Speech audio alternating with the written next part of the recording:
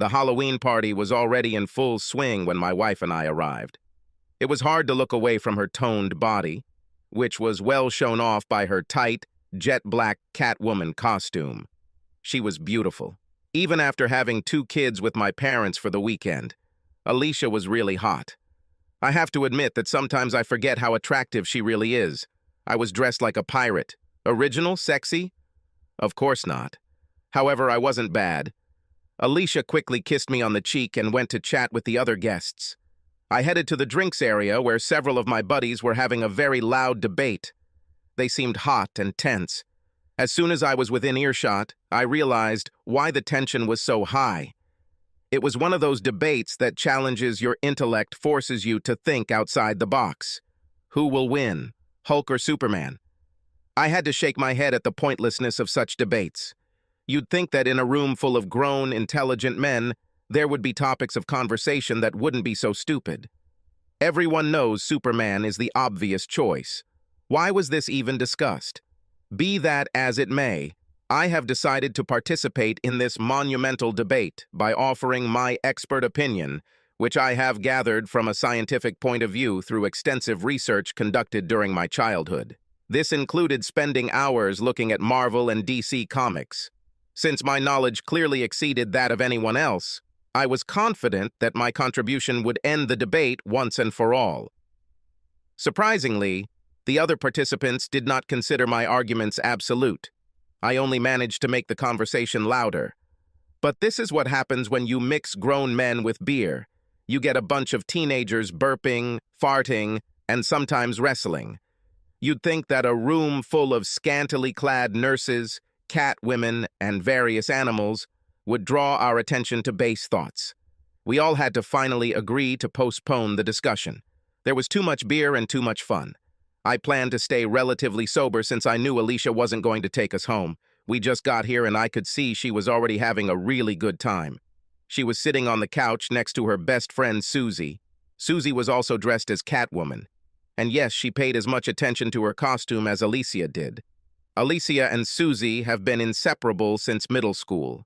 As children, they lived on the same block. They are so similar that the only way they can coexist in the same place at the same time is either as best friends or as fierce enemies. They talked the same, dressed the same, did almost the same things, and even looked the same. Both sets of parents were mom and dad for them. A running joke when they were teenagers was that one of their mothers had a set of twins and gave the spare child to another family. The only mystery was to find out who the real mother was. By the way, they both hated that joke. Susie was married to a guy named Dominic. They got married 2 years before Alicia and I did. At that time, we had been married for 6 years. You would think that because the 2 girls were similar in many ways, they would marry the same guys. Wrong. Susie's husband is my complete opposite. I'm a person who doesn't do much physical labor at work. Dominic works with his hands all day. I am the district manager for 6 local restaurants that my company owns. While I may not be a suit and tie person, I am usually, at worst, businesslike. In case you're wondering, I'm not a nerd or a weirdo. I played baseball in high school and also took up boxing in college. However, my boxing was more of a hobby than a career, but it kept me in shape. I admit that after I got married and settled into family life, my time in the gym decreased a bit, or a lot. But I wasn't overweight, and I was in shape. Dominic, on the other hand, works in a local factory. I'm not sure what his official specialty is, but I know it involves lifting heavy stuff many times a day for 8 to 10 hours. Not to mention he practically lives in the gym. As you can imagine, he is very muscular. While my hair stays short and neat, his hair is long and pulled back into a ponytail. His beard completes his image as an Aztec warrior. Dominic looks like Drogo from Game of Thrones, while I look more like Don Draper from Mad Men. I never really warmed to him. I didn't dislike him, per se. But we didn't really have a connection that would make us close friends. Or any other type of friend. To me, he was Susie's husband. Since Susie was my wife's best friend, I saw him sometimes. I have never looked for it in any other context, nor have I had the desire to. I'm sure he felt the same way about me. This night he was, of course, dressed as Tarzan. Really? It was cold outside, and he came to the party wearing a loincloth. I call it being a jerk. Defined. Actions that can only be construed as referring to him being a jerk. Anyway, Tarzan was hanging out with the women, as he always did at these kinds of parties.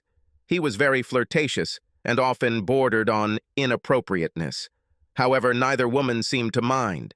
His thinly veiled sexual innuendos often made them giggle and blush rather than slap him. Even Alicia. It really burned me. One would imagine that Susie would find this behavior awkward.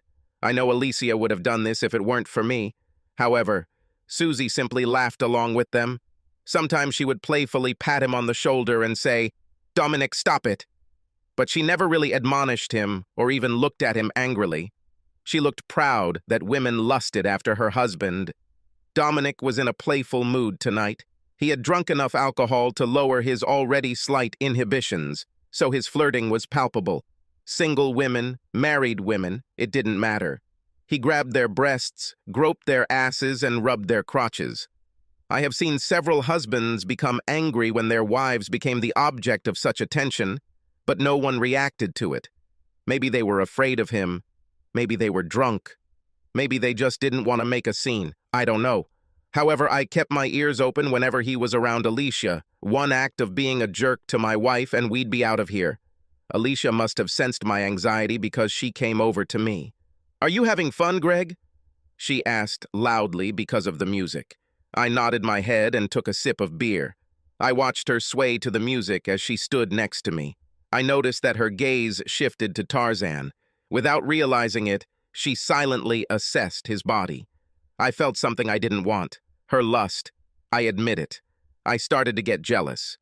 What idiot dresses up like Tarzan when it's cold outside? Alicia snapped out of her trance and turned to me. "You know Dominic, honey. He should always be the center of attention." I chuckled and took another sip of my beer. It suddenly lost its taste. Alicia noticed the change in my sour mood. "Honey, don't tell me you're jealous." "Why would I be jealous of him? I don't feel the need to go out naked to attract women." Alicia laughed dismissively. "Of course not, honey," she said as her attention turned back to the asshole. As the evening wore on, more alcohol was consumed. This made people even less shy. After a while, Dominic and his loincloth took a back seat as I hung out with my real friends. At some point during the night, Dominic started making advances toward Alicia. I didn't even notice it until I went looking for her because I hadn't seen her for a long time. I found her in the kitchen, with Dominic. They stood close and talked in low voices. It was too intimate for my liking, and my jealousy instantly reared its head. Dominic saw me first, and I saw him retreat a fair distance. Alicia must have sensed the change in climate because she turned around and saw me too. She tried to smile at me warmly, but it seemed forced. "Hi, darling." "I was just looking for you," she said quickly. Too fast. "Really, Alicia? I was in the same place all night." My tone sounded accusing, although I tried to hide it. She visibly shuddered. Dominic quickly and quietly left us there alone. "Are you mad at me, honey?" she asked, her voice dripping with innocence. "What were you two talking about? I find you in this corner with him, whispering like two teenage girls who have a secret. What the hell is going on?" "Honey, stop it. Nothing happens between me and Dominic. He was just being flirty, as always. Nothing to get your panties in a bunch over." "Are my panties in a bunch? What the hell is that supposed to mean?" A smirk appeared on her face, but it quickly disappeared. It gave way to an expression of sympathy and concern. "I'm just a little drunk, honey. Don't mind me." With these words, she patted me on the cheek and left. Dominic and Alicia were not seen together for the rest of the night. Believe me, I watched, like a hawk. In fact, it was almost as if they were actively avoiding each other. I did see them exchange mysterious glances, but that was all. That was enough. More than enough to make my spidey senses tingle. I was starting to feel awkward. Very awkward. I had to take a break. The beer was starting to take effect, and I had to go relieve the pressure. So I went upstairs and went about my business. When I came out of the bathroom, I ran straight into Dominic. It was as if he had followed me here and was waiting for me. "Do you have a problem with me, Greg?" he asked, slurring his words. His eyes looked into mine menacingly, as if he was trying to intimidate me. What? I asked. This moment seemed surreal to me. In fact, something was a little off about this whole night. I asked if you had a problem with me. You always look down on me. You, with your luxury car and luxury house, always waving your money around. Do you think you're better than me? If this conversation doesn't make sense to you, you're not alone. I had no idea where this shit came from. You're drunk, Dominic. Go home before you say something you'll regret, I said, pushing past him. Said something like what? Something like sleeping sweetly with your pretty wife. Now he has my attention. I turned and walked towards him until we were millimeters apart. Shut up. Don't make me act like my suit. I'll kill you. Leave my wife out of any of your sick fantasies. He looked at me and grinned. Fantasies are for something that didn't happen, idiot.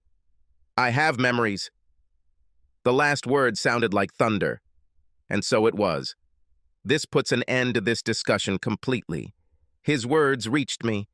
You're full of crap, asshole, I said, although I wasn't as sure as I would have been before the party. What about the mole on her thigh? Or the fact that she's not a real blonde? Of course, you can't say that now, since she tidied up her... That was the last thing he said. The only other sounds that could be heard were the sickening thud of bone on bone that a fist makes as it connects firmly to the jaw, followed by the sound of 195 pounds punching through the drywall. I walked down the stairs like a raging bull.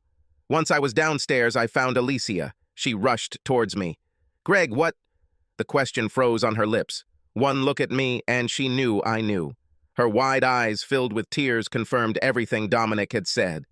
Oh my God, someone call 911. Dominic is unconscious. I can't resurrect him. I heard screams from above. I don't know who it was. I did not care. I just stood there and looked at Alicia as if I had never known her. Maybe that's how it was.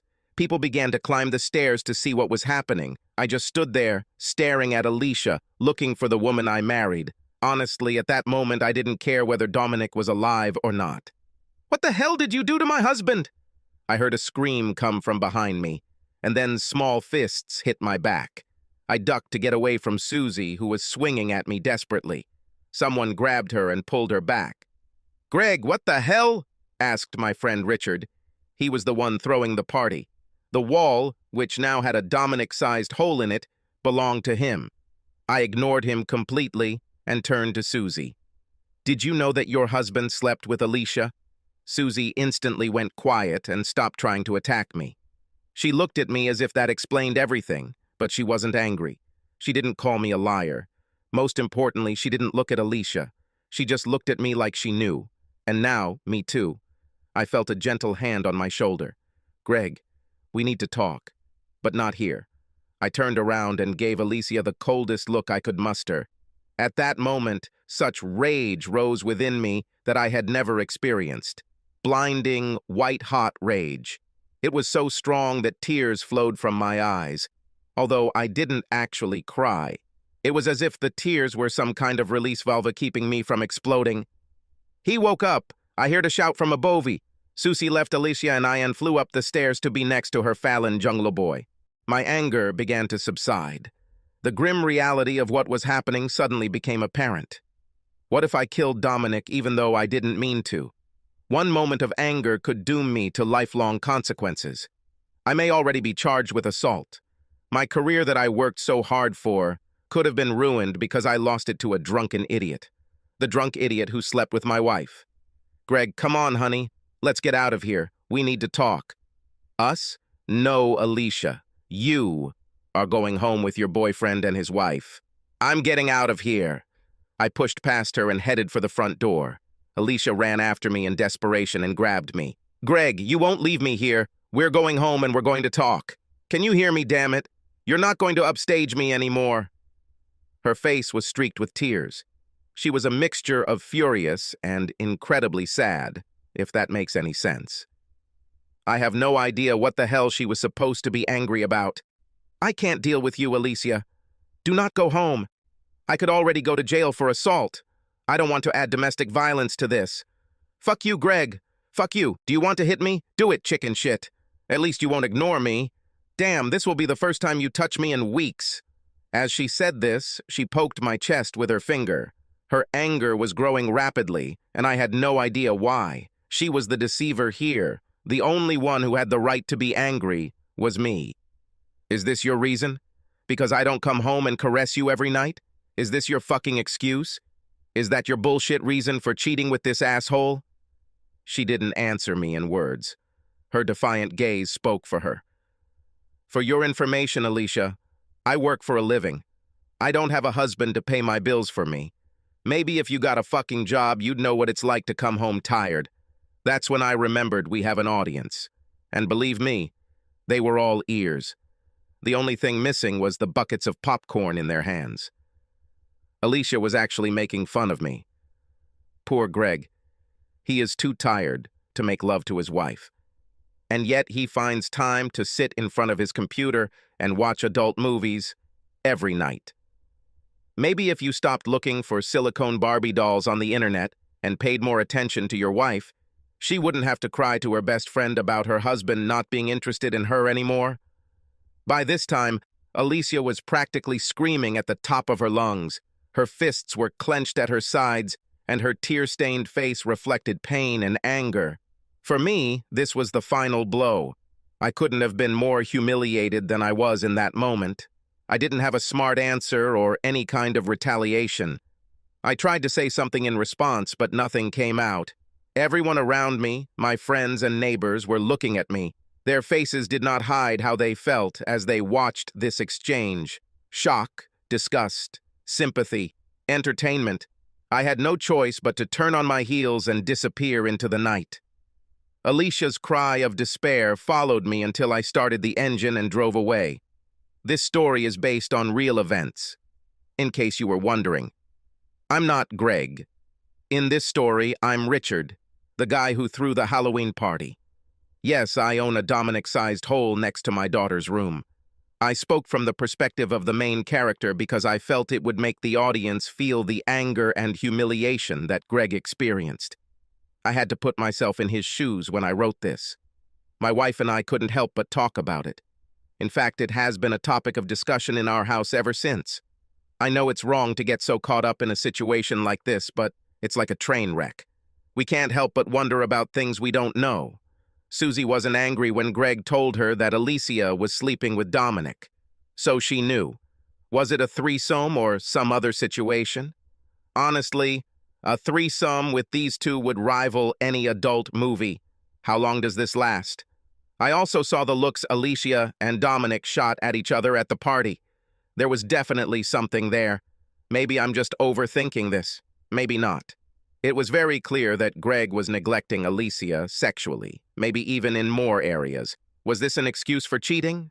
I don't think so. Does this explain why she cheated? Absolutely. Women whose sexual advances are consistently rejected will be more tempted to have an affair, especially if the husband shows sexual interest in other women besides her. Even watching adult movies can be considered cheating if it makes your spouse feel betrayed and inadequate. By the way, Alicia is sexy as hell in real life.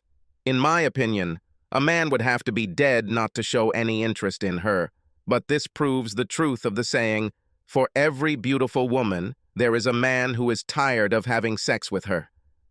The most important question, what will happen next? At the moment, the four of them are keeping quiet about the current situation, but something like this cannot remain silent for long. It's just a matter of time. Although this story is based on a true story, I did not witness everything. I had to take creative license with some things. For example, I didn't hear the exact conversation that took place when Greg hit Dominic. I heard from others. The exact wording had to be embellished. I obviously didn't know what was going on in Greg's head. I knew what would be going on in my head if it were me. I just accepted it. I feel for him and the choices he faced. Alicia treated him very unfairly, regardless of her reasons. I'm not sure if I'm looking for reconciliation or divorce in this situation, I have to be honest. Of course, I'm somewhat biased, since Greg is a friend of mine. And of course, Superman would completely defeat the Hulk. I agree with Greg on this. Thermal vision, flight, super speed. No competition, unless there's kryptonite in there, neither here nor there. Mr. Kirkson, they're calling you on line 1. Who is it, Betty? Mr. Ford is calling for you, sir. Greg? Greg called me. I've been trying to contact him since the explosion at my Halloween party. Until now, he, his wife, and 2 other lovers had remained silent. No one heard a sound from them. Of course, there were questions. So many questions. I mean, how could this not happen? The showdown was so public and humiliating, even cruel. It had all the elements you would want in the best drama. Sex, violence, betrayal, and the epic showdown between David and Goliath. Only this time, Goliath had a glass jaw and wrote a drunken check that was too expensive for him, and David cashed it, with real hatred. Connect him to me, Betty. Sir, he sounds a little upset. Well, yes, his wife actually publicly humiliated him. If he weren't upset, I'd be a little worried. Thank you, Betty. I'll deal with him. I waited for the click that meant I was on the line with Greg. Greg? Hello, buddy. I've been trying to call you since... I didn't dare say these words out loud. Ever since I found out my wife slept with that idiot. Yes, I had a lot to think about. I could hear the anger still simmering beneath his calm demeanor. Even over the phone, his emotions were transmitted right through. So, do you want to talk? I heard him chuckle on the other end of the line. It sounded like a snort. Why do I want to talk to you, Richard? Good buddy. So you can post it online? Does your exciting story need a sequel? Do inquiring minds want to know what happened next to the idiot who couldn't satisfy his wife? Can't your loyal fans just wait to see how my fucking life turns out? Crap. Fine. He read my story. Now he's not only angry at his cheating wife, her cheating best friend, and her Neanderthal lover, but he's angry at me too. Great. Greg and I went to high school together. He played baseball, I played football. We were still connected to each other and formed a friendship that lasted for many years. When we left school, we lost touch with each other for a while. He went straight to college, and I joined the Air Force. After graduating from high school, he returned to our hometown and got a job as a manager at Olive Garden. Sounds like a waste of a college degree, right? That's what I told him. However, he was persistent. He was soon promoted. He excelled at any job he was given. His numbers always looked good. He had an excellent business mind. Soon enough, he became a district manager in charge of several restaurants. His salary now rivaled mine. Almost. I was honorably discharged from the Air Force after 10 years. I immediately took a job with a company that has contracts with the military. Long story short, I returned to my hometown, reconnected with Greg, and our friendship resumed as if there had never been a break. So, my good friend was furious. On me. Not good. Greg. Normally I would try to make a witty joke to soften the situation, or at least ease the tension. Unfortunately for me, it was quite obvious that, in this situation, it would actually be counterproductive. I especially liked the ending. He interrupted me. All I could do was shut the fuck up and let him talk. You know where I put my tail between my legs and ran away from there like a bitch? A very nice touch. His sarcasm seeped into my ear. At that moment, I truly felt like a shitty friend. I had no defense against this. Greg, where are you? We need to talk. You know what's funny, Richard? I've become really popular these days. Much more popular than I was before. It seems like everyone wants to talk to me. It must be my charming personality. It was then that I noticed that his voice was slurred. I heard the sounds of liquid being poured and hitting the glass walls of the glass. Greg, are you drunk? He laughed sardonically. No, Richard. I was drunk an hour ago. I can't tell you who I am now. Fine. I was a shitty friend. I admit it. Now it's time for me to fix it. Where are you, Greg? Just as I was asking this question, I was putting on my coat and grabbing my keys. I had a lot to do at work, but at the moment, it didn't matter. Fuck you, Richard. I won't tell you where I am. Don't you dare come to this bar looking for me. I'll fuck you up if you do that. The line went dead. However, it didn't matter. I knew exactly where he was. There were only a few bars in our city that were worth going to. Greg had his own favorite. At Mo. Part of it was because he was in love with the pretty barmaid there. She was one of those women who could flirt with you, but at the same time give the impression that she was completely unavailable. However, this did not hinder her popularity. She was still very easy on the eyes. When I walked in, my heart almost broke when I saw him sitting at the bar all alone. He was the only visitor there. Looking at my watch, I realized that it was just after noon. Karen waved to me when she saw me enter. I could see the compassion in her eyes as they met mine. "Does this handsome stallion belong to you?" She joked, but the smile did not reach her eyes. I nodded softly and tilted my head to the side, indicating that I needed her to disappear and give us a minute. "Greg." That was all I could get out. His fist slammed into me and I saw stars. Damn it! No wonder Dominic was hurt so badly. Before I knew it, I was on the floor, wiping blood from my lip. He stood over me, looking at me angrily. Finally, he shook his head and returned to his place at the counter. I got up from the floor and waved to Karen, who was clearing tables before Greg spotted me. Now she stood and looked at us with eyes as big as saucers. She started to approach before I waved and nodded, silently letting her know it was okay. She nodded in response and went back to clearing tables. "Now that you've gotten that out of the way, can we talk?" I asked, bravely sitting down next to him. He took another sip of his beer and shook his head. "Off the record?"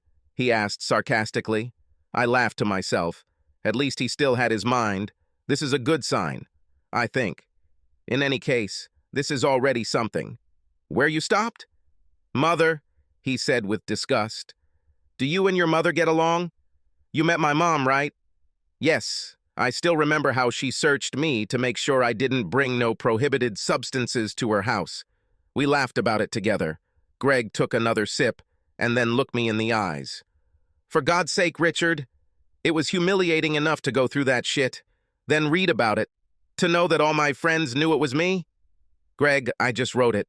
Of course, I didn't want to humiliate you. Besides, no one will know it's you," I said, trying to convince myself as much as Greg. Two Catwomen, Tarzan and a pirate. Not to mention the pirate who threw Tarzan into the wall. How many fucking Halloween parties do you think this happened at? Most of them are the same. Greg looked like he wanted to hit me again. "Do you think this is funny?" "Okay. Humor definitely won't work. Sometimes I can't help it." "You're right, Greg. I was an asshole. I am truly sorry for putting you in an awkward position." "Well, I'm not sorry for hitting you." I rubbed my chin and laughed. "You still hit like a bitch. No wonder you always got your ass handed to you when you boxed." This melted the ice, and then it continued to melt. I was able to get him away from Mo and into my car. Karen gave me a grateful look and hugged me as we left. "Take care of him, Richard. He's going through a lot." My jaw was throbbing and starting to swell, but I got to Greg, and that was what worried me the most. The moment I strapped him into my passenger seat, he was unconscious.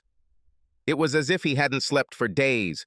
Instead of taking him to his mom's house, I took him to mine. On the way, I called another friend, John. "How are you, Richie Rich?" he asked cheerfully when he picked up the phone. John was one of those guys who still thought he was in his 20s. Great guy, although very immature. I emphasize. Very, since most guys are at least a little immature. He's the one who started the whole Hulk versus Superman debate. He is always the life of the party. However, none of the wives really want their husbands to revolve around him. He had a habit of making his friends behave like teenage troublemakers. We all love him. "John, I need your help. I found Greg at Moe's. I may need your help to get him into my house and into bed. He is dead to the whole world." "Crap. I'm glad you found it. I've been looking for him all week. After what that bitch did to him, it's a wonder he didn't put a bullet in his head." John parked his Mustang behind my Tahoe in my driveway, and we set about the task of lifting 200 pounds of dead weight and placing it on the couch in my basement. Not an easy task. We talked for a bit, and he left after I promised to let him know what was going on. Since I returned home early, I had a quiet house all to myself. Believe me, this was rare, So rare that I found myself with nothing to do. I didn't want to leave the house in case Greg woke up. I didn't want him to get confused about where he was. So I grilled the steak on the George Foreman grill and baked the potatoes. Then I looked through my cable sports package to see if I could catch any good games, or at least interesting debates about good games. I finally settled on a documentary and started eating my gourmet meal. It wasn't long before my wife, Nikki, walked through the door with our kids in tow. "Darling, what are you doing at home so early?" she asked, kissing me on the cheek. The children ran upstairs. "I found Greg at Moe's, drunk as hell. I brought him here and lowered him to the basement." Her face immediately showed indecision. "Are you sure this is a good idea? I don't want any drunken behavior in front of the kids." "He'll be fine, honey. I'll make sure he stays in line." She stroked my cheek and I shuddered. That's when she noticed how swollen she was. "Richard, what the f... Did he do this?" "I'm fine, honey." "Forget about it, Rich. Get him out of here." "Honey, everything is fine. A man just found out that his wife was cheating on him just a couple of weeks ago. It happened so publicly that anyone would feel embarrassed. He's crazy. Plus, he went through it alone. I'm his friend. He had a lot of pent-up anger, and I didn't care if he took some of it out on me. Also, my jaw is not made of glass, like Tarzan's. He should really think about wearing a different suit next year." Nikki couldn't help but laugh at that. Seeing Tarzan get his ass kicked by a pirate was pretty funny. I don't think Jane would be too excited about it. Yes, Tarzan definitely got what he deserved. Dominic should spend less time pumping iron and more time hitting the bag. Nikki laughed. Or at least learn to dodge. We laughed together when she calmed down. One thing I've always adored about Nikki is her personality and sense of humor. This is one of the reasons why I can't stay mad at her for too long. I went downstairs to check on Greg. His thunderous snoring let me know that he was still very much alive in the sense that his heart was still beating, but essentially he remained functionally comatose. I put a pillow under his head when he made a sound that would wake the dead. His alcohol fumes would have killed everyone nearby. "What the fuck, Greg?" I muttered. The smell seemed to stick to me. I needed to get out of there. A few hours later, a zombie resembling my friend emerged from the depths of hell. His bloodshot eyes screamed death and decay as he shuffled around my kitchen. Nikki took one look at him and then gave me a silent warning that spoke volumes. "Keep him in line, or he's gone." I stood up and went to the kitchen to greet him. "How are you feeling, buddy?" "It's like my wife cheated on me, humiliated me in front of all our neighbors, and then ran over me with a truck." "At least your memory is intact." 2 out of 3 is not bad. His eyes narrowed. "My memory is fine. I remember your fucking story, too." "Do you remember how you hit me in the face for that?" I asked, rubbing my tender jaw. "This part seems vague. You may have to do this again just to be sure it was done." There was no real bite in his words, despite his stated desire to hit me again. I knew he wouldn't do it. "I've said this before, but I'm really sorry about this story, Greg. I didn't really think that many people would see where it was posted, and I didn't think that you would find out about it. I was wrong. People actually read it. I even received a message from a guy I know who heard about this party from someone. Then he read your story online." "Who was this guy?" "You do not know him. He's an obnoxious braggart named Harry. He lives in Virginia." I laughed out loud. "Do you know Harry Inva?" "So have you heard of him? Nice guy once you get over his attitude.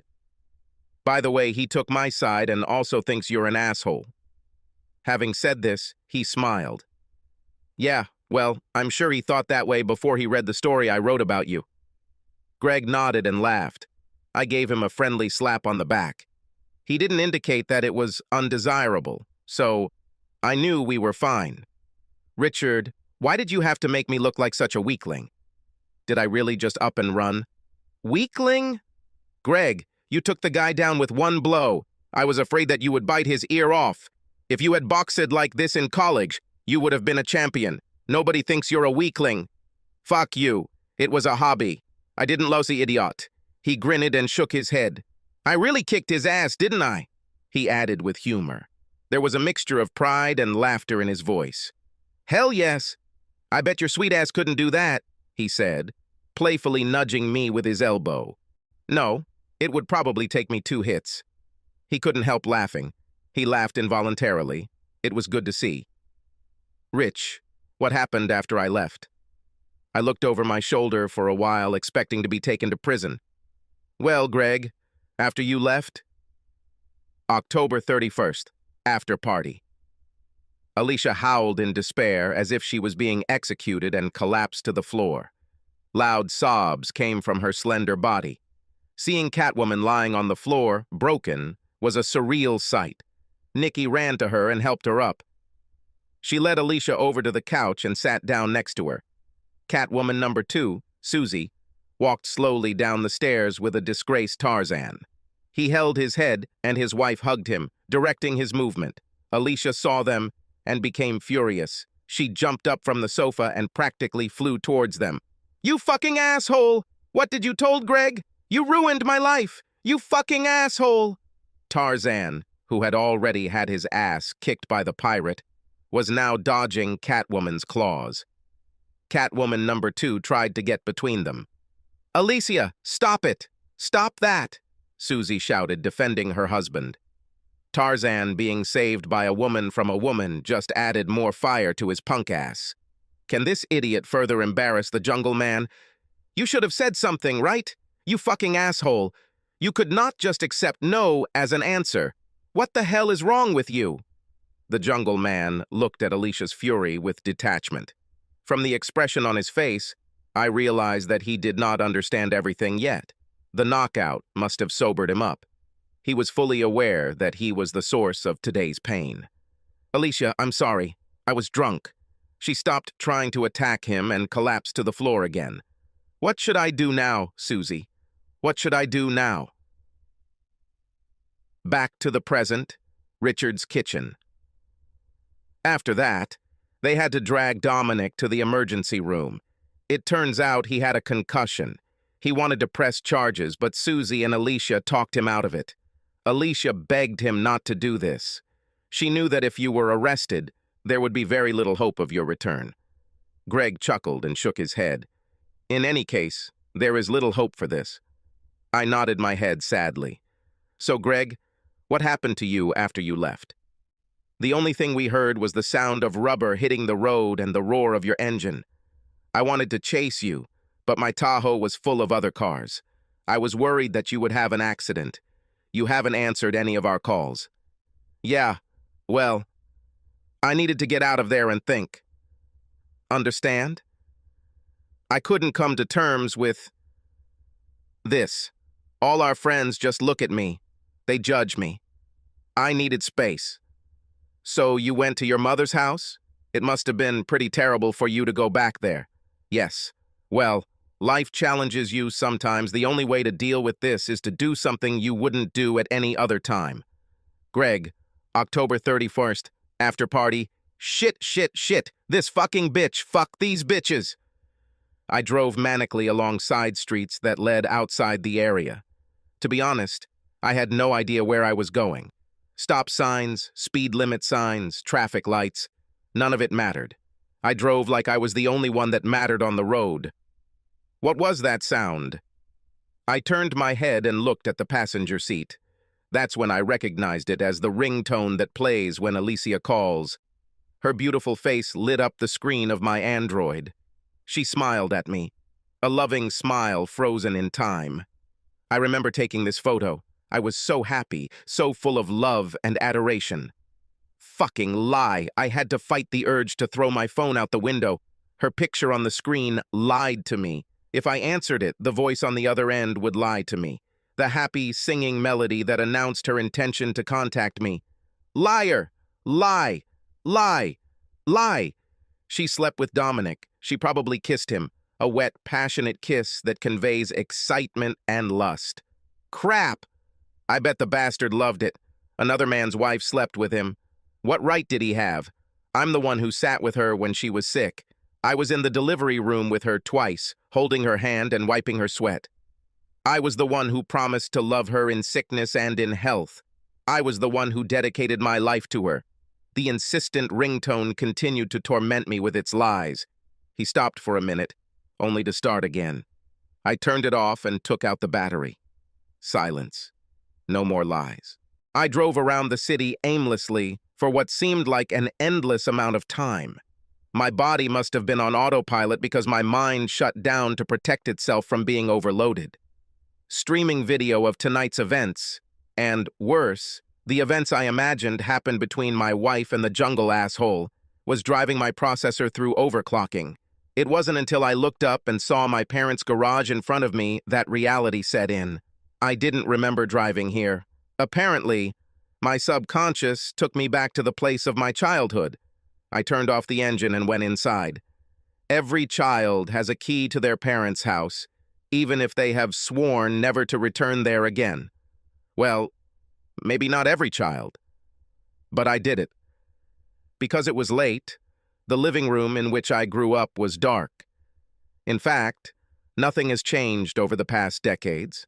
The sofa, the coffee table, the lamp, all the contents were exactly the same furniture that I remembered, frozen in the same place. I could navigate with my eyes closed. Strangely, I found some comfort in this. That night changed everything for me in an instant. I've always been skeptical when people tell stories where their entire world changes in an instant, except in a tragic event, of course. This night made me a believer. Everything I knew about my life was turned upside down in one drunken conversation with a Neanderthal. Returning to the familiar environment in which I grew up made me feel stable. After an earthquake that destroys buildings and leaves the ground shattered, what people want most is for things to be calm. Stability is really what I needed at this moment. For now, I was safe at home. "Who's there?" I heard my mom call me. I pictured her crouched in the corner with a baseball bat, ready to beat the crap out of an unwanted visitor. "It's me, Ma." "Gregory?" "Yes." The light suddenly turned on, momentarily overloading my vision. I had to squint to avoid going blind. "Why in the name of all that is holy are you lurking around in the dark? Are you trying to kill me by giving me a heart attack?" "I'm glad to see you too, Mom."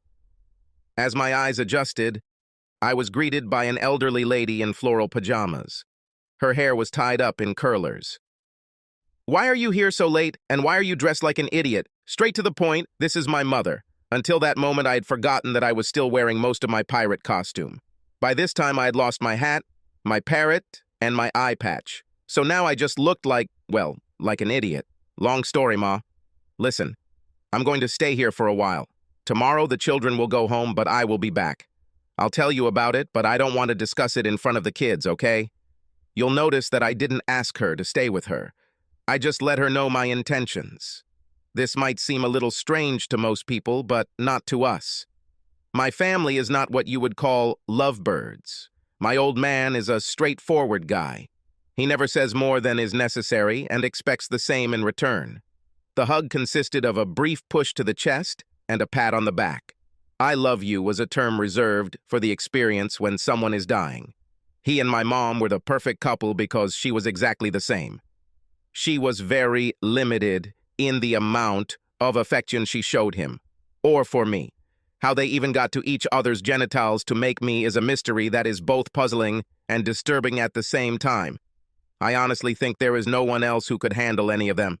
They were destined to find each other or suffer alone in this world. "Great, Gregory. You know where everything is?" I go back to bed. Her frail figure disappeared around the corner and up the stairs before she shouted, "And lock yourself up!"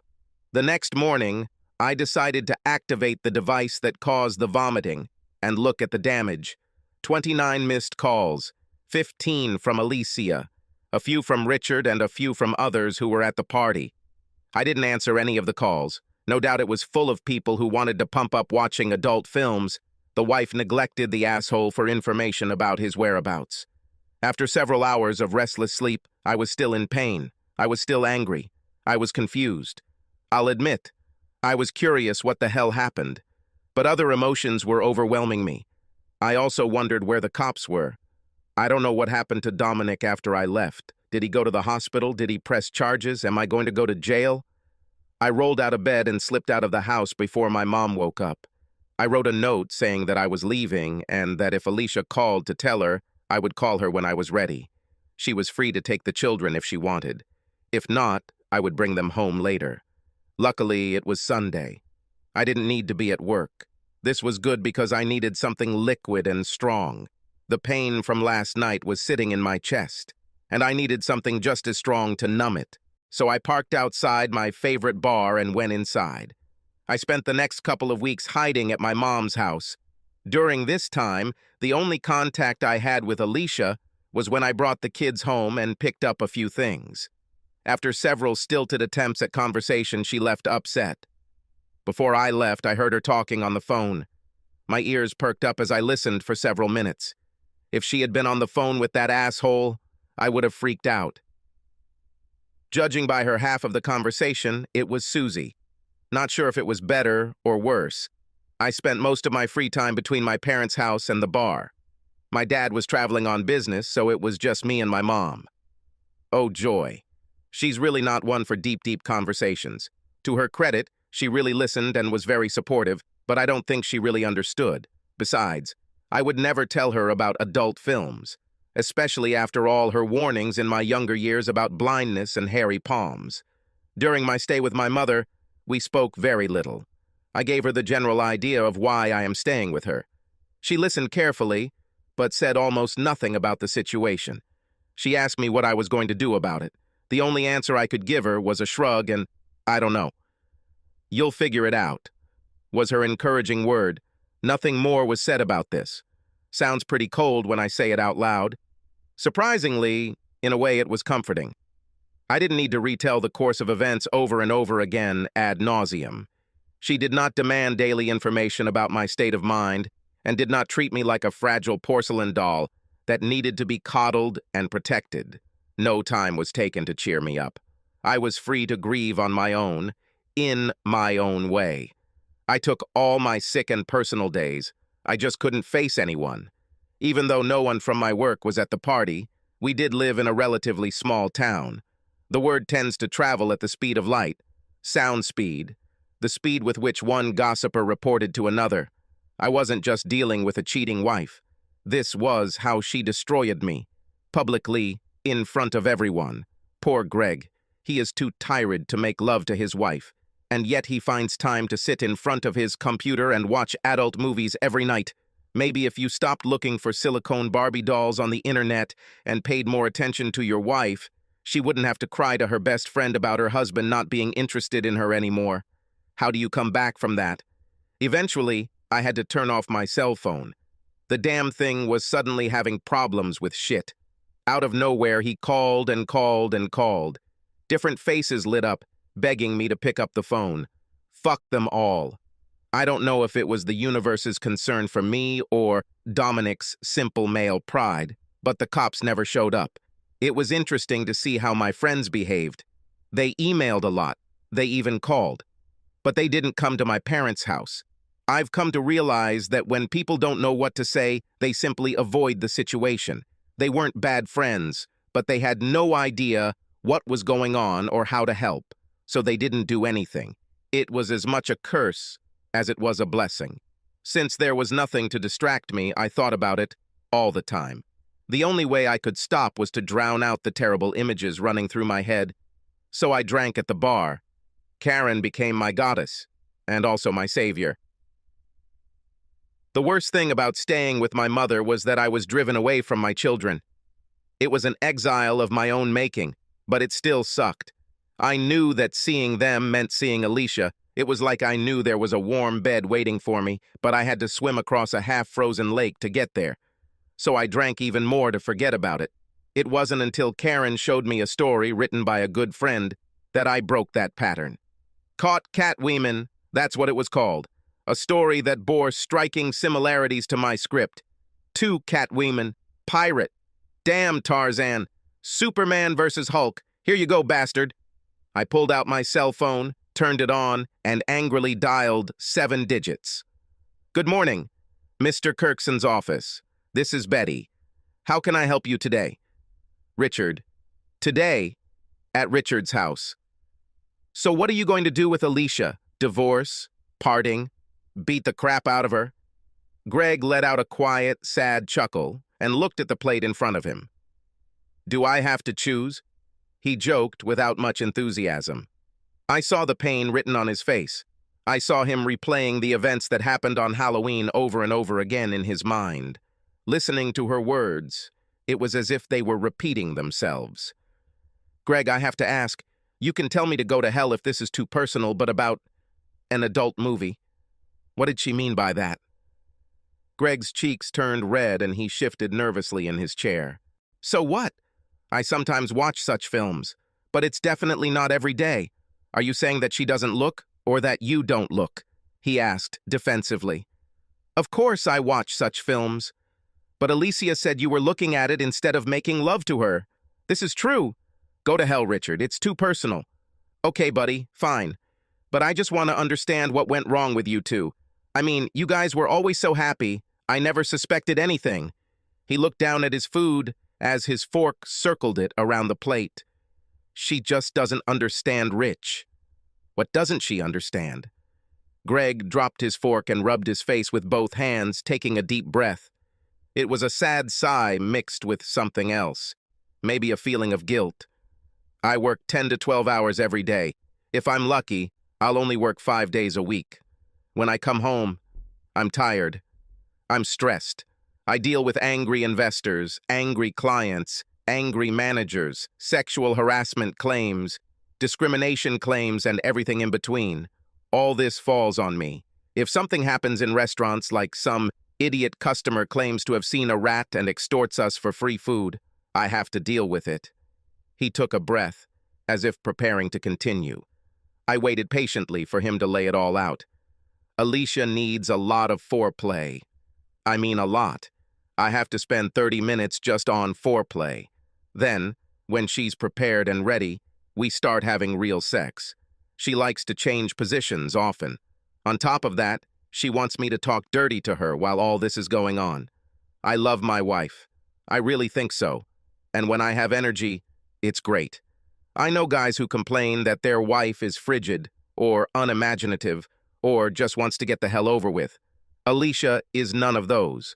But I don't have the strength to do this every night, especially after all the crap I have to deal with throughout the day. He paused and looked in a different direction. Rich, sometimes I just feel better when I'm alone. I hate to say this. I mean, every man dreams of a woman like Alicia, a horny woman who really loves sex. I'm lucky to have her, I know it, but I saw his eyes begin to cloud over. This can make it difficult to overcome the pain caused by marriage. It's hard to see the role you played in your predicament. I do so much for her. For girls. I work my ass off to give them everything I didn't have as a child. My dad is very frugal. He only bought me what I needed. I want more for my girls. And then there is my wife, and I enjoy spending time with them. They are my world. But sometimes I just wish I could not do something for someone else. When I come home after dealing with all the crap I deal with at work, I don't always want to be a dad, or a husband, or a boss. I think I missed it a little. How long has it been since you two made love? I mean, before the party. He shook his head. I don't know, Rich. I really do not know. I didn't even realize that so much time had passed. I nodded as some understanding dawned on me. Then I saw anger flash in his eyes. That doesn't give her the right to do what she did, although, Richard... I didn't humiliate her in front of everyone. I didn't sleep with another woman. She should have come to me with our problems. Why didn't she come to me? I had to take a chance with my next statement.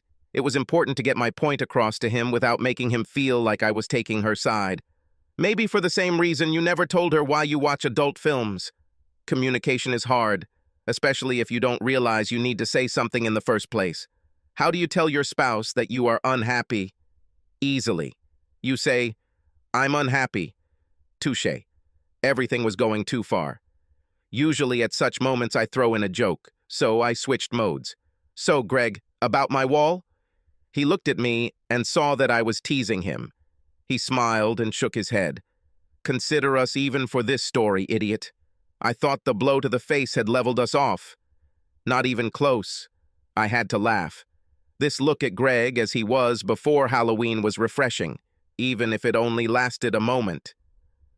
Fair enough. That's when I saw Nikki standing in the doorway with a strange look on her face. Her eyes told me to see her immediately. I left Greg to eat and walked over to her. We have a problem. What's the matter, dear? She looked at me nervously and pulled me closer to her so she could whisper. Somehow, Alicia knew Greg was here. She is on her way. Fucking John. He probably called her to yell at her or do something stupid like that.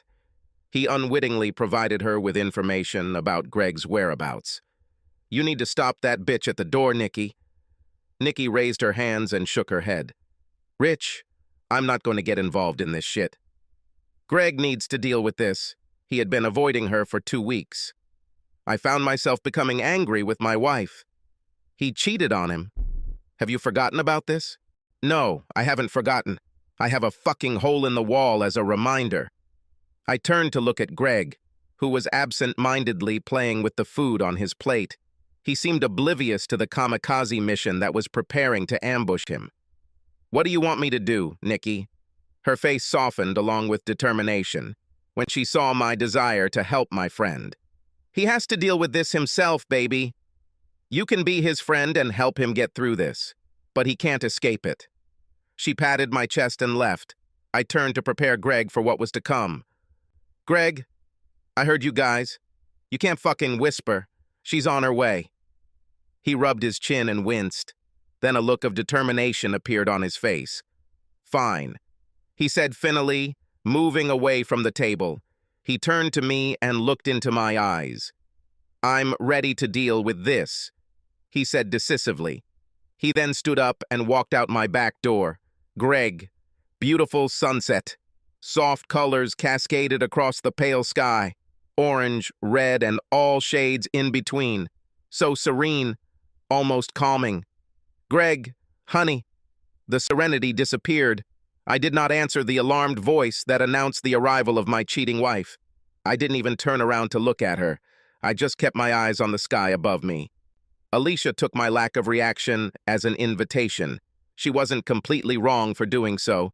She sat next to me on Richard's back porch and pulled her knees to her chest as if for protection. I've been looking everywhere for you, honey. She couldn't have chosen a worse way to start this all off. I was in the same place all night. I muttered it under my breath, deliberately repeating the exact words I'd told her when I caught her and Dominic snuggled together in Richard's kitchen a couple of weeks ago. She looked at me a little confused, as if she didn't understand my answer. Greg, we need to talk. I nodded my head in agreement with her. Out of my peripheral vision, I could see her agony. I didn't look her directly in the face, but it seemed to me that it was a depressing sight. Swollen eyes, flushed cheeks, a sullen expression. At least that's what her voice sounded like. I love you, honey. It's a lie, I interrupted her. Greg. Stop it, Alicia. Just stop it. You can't love me and humiliate me the way you did. Putting our relationship on public display like this? I would never do that to you. What are you talking about, Greg? You did this to me. I heard the growing anger in her voice. You rushed down the stairs like crazy. Then, in front of everyone, you asked Susie if she knew I was sleeping with her husband. In front of everyone's eyes. If you wanted to talk privately, you would have pulled me out of there and yelled at me in the car. But no, you were the first to put my shit on the air. In a way, she was right. I didn't see things that way when it happened. I was blinded by rage. Okay, Alicia. I agree with this statement, but I didn't start this. Your fucking boyfriend confronted me and started telling me what a lewd girl you were to him in front of other people. I dealt with it the best I could. I was furious. Fucking justified anger. Could I have handled this differently? I paused to control my emotions. But I didn't cheat with anyone, I continued. You didn't have a woman who would come up to you and shove my betrayal in your face. I looked her straight in the face. I saw the anger drain away. He was replaced by remorse and guilt. I know, Greg.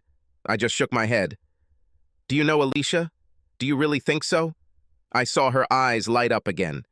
You may not have physically deceived me, Greg, but you weren't with me. Do you remember last night when I asked you for sex? And you? I shook my head. It was on my birthday. I bought myself some beautiful lingerie from Victoria's Secret. It was damn sexy. I bathed in the fragrant bubbles in the bathtub, getting wet, thinking about the night ahead. I rubbed my whole body with lotion that smelled like eucalyptus. I spent an hour doing my hair and makeup. Do you remember that night? I actually remembered that night. That was the day I had to fire Frank. He was my good friend. He was one of my assistant managers when I managed Olive Garden. Over the years, we have become good friends. When I got up, I picked it up. He was accused of sleeping with one of his subordinates. I defended him fiercely. I just knew he would never do anything so reckless. However, the girl had text messages. Damn text messages. When they were born, I was gone. I was the one who promoted him. I was the one who supported him. I was the only one who had to deal with it. Or they would deal with me. So, as you can imagine, I wasn't in the best mood that evening. But I didn't forget about her birthday. I made a reservation at her favorite restaurant. I was ready to dine out. However, the only thing Alicia wanted that night was dessert. You and I went to dinner for your birthday, and then we made love that night, Alicia. I remember this. She shook her head sadly. We had sex, Greg. You couldn't even enjoy it. Then, when I tried to hug you, you pushed me away and said you were tired. That's why I gave you space. Her voice caught in her throat, and she swallowed to clear her throat. I knew she wasn't finished yet, so I waited for her to continue. Then I woke up in the middle of the night. I saw you in front of your computer. I saw you watching adult films and satisfying yourself. The words came out of her with force. Then she gave up. Her body shook as she tried to cry silently, but to no avail. I sat next to her, unable to utter a word. I began to gain some level of understanding. Hearing her, understanding her point of view on things, opened my eyes. Until tonight, she was an evil cheater. Now I wasn't sure who she was. I understand, Alicia. Okay, I took you for granted. Do you really understand this, Greg? Do you know how much this devastated me? Do you know how painful it is to realize that, at your best, you are not woman enough to satisfy your husband? I don't think you know. After that, I told myself that I will no longer ask you for sex. I wanted you to ask me for this, but you never did. So that's why you slept with Dominic? Did he make you feel like a woman? She sniffled next to me and wiped her nose on her sleeve. Yes, Greg, he and Susie did it. Damn it! Susie and I got drunk once in high school. We did something that night. In the morning, we were so embarrassed. We just blamed it on the alcohol and pretended nothing happened.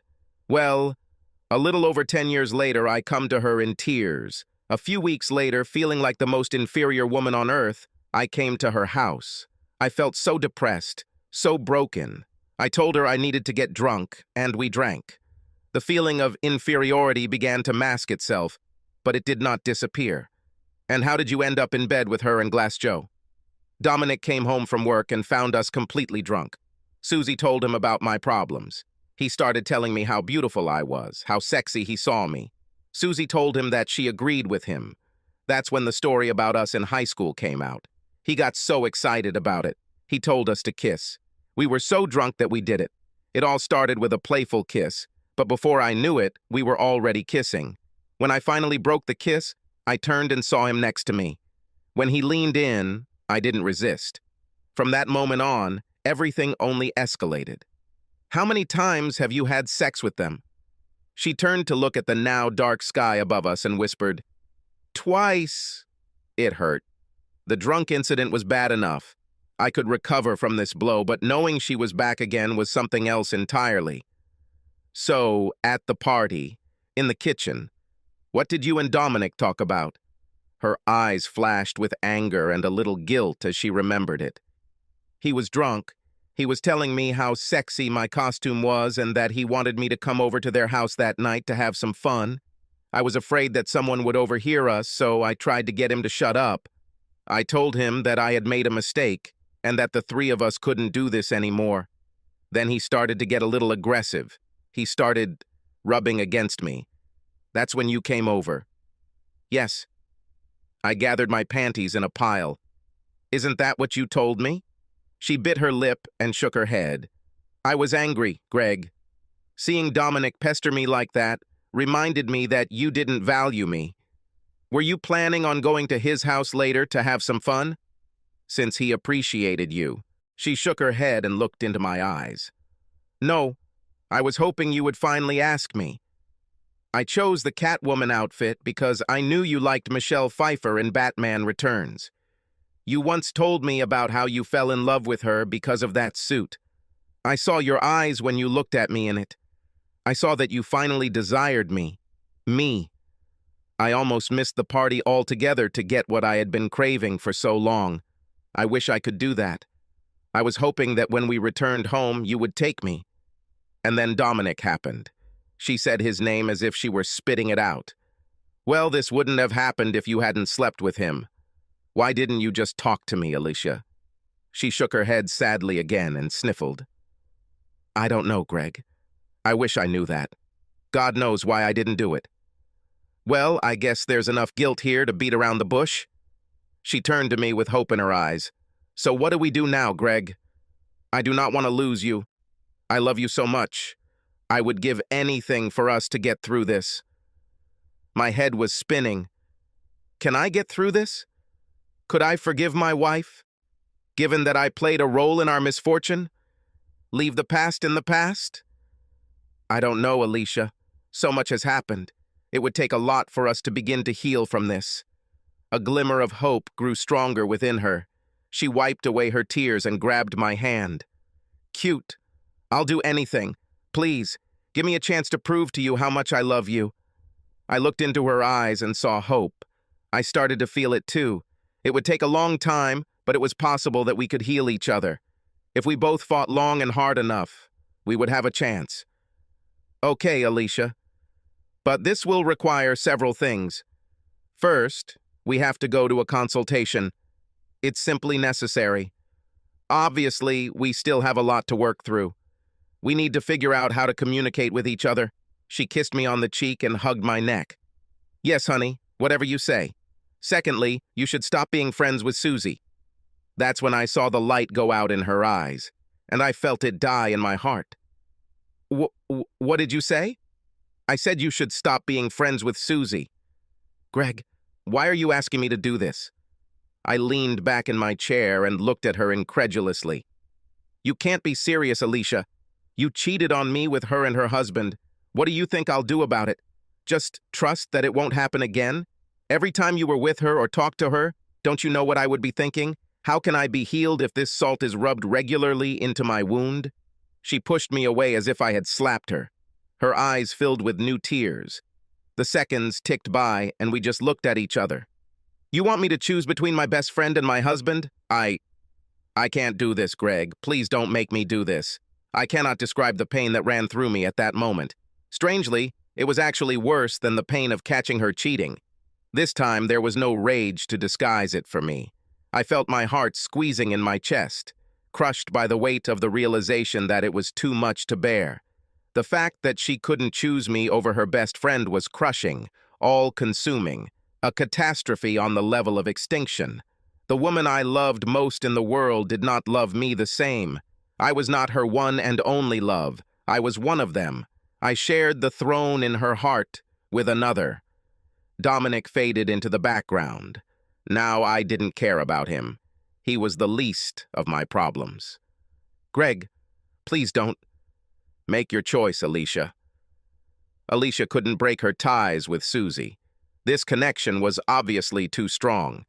It rivaled her love for Greg, so much so that she was unwilling to give it up even at the cost of her marriage. Sadly, they divorced a little less than a year later. It took so long because Alicia did everything in her limited power to stop it, even to such an extent as to humiliate her dignity. I never thought I'd see someone as proud as her do this, but she came to his work and begged him not to leave her. In front of everyone. I begged him. It was a heartbreaking plea that made everyone who witnessed it feel uneasy. Even I secretly hoped that he would give her another chance. But Greg couldn't bear to see her around him again, as long as she refused to give up on her friend. He felt that he should not share his throne in her heart. In essence, he was right. Neither spouse should share. Now, a year later, the wounds are still deep. There was no winner here. The two of them cope with the children as best they can. They try not to put each other down in front of their children. However, I have endured many nights as a shoulder for my friend to cry on. However, one good thing happened. This Halloween, he brought a girl to my party. She wasn't dressed like Catwoman. She may be a rebound girl and not his next great love, but finding a rebound is still a step forward. In real life, people don't just experience the loss of love. This is a step-by-step process. The heart heals gradually, not immediately. Alicia, Dominic, and Susie didn't come to the party. They stopped communicating with the rest of us. Susie still stands by her friend and still accuses Greg of being unfair and trying to force her to make an impossible choice. In my opinion, this choice was not so impossible. Alicia just didn't want to be married as much as a loving wife should. She said she was ready to do anything. It's funny how people throw around words like that. Do anything. But what they really mean is that they will do whatever they want. I'm sure she was ready to act as his sex slave or play a loving housewife. But when it cost her something important to her personally, her marriage wasn't worth the sacrifice. In my opinion, he is better off without her. Subscribe to our channel so that your second chaff doesn't cheat on you, and go ahead and listen to the next story, because this story is nothing compared to the next one. If you're under 18, don't even think about listening to the next one.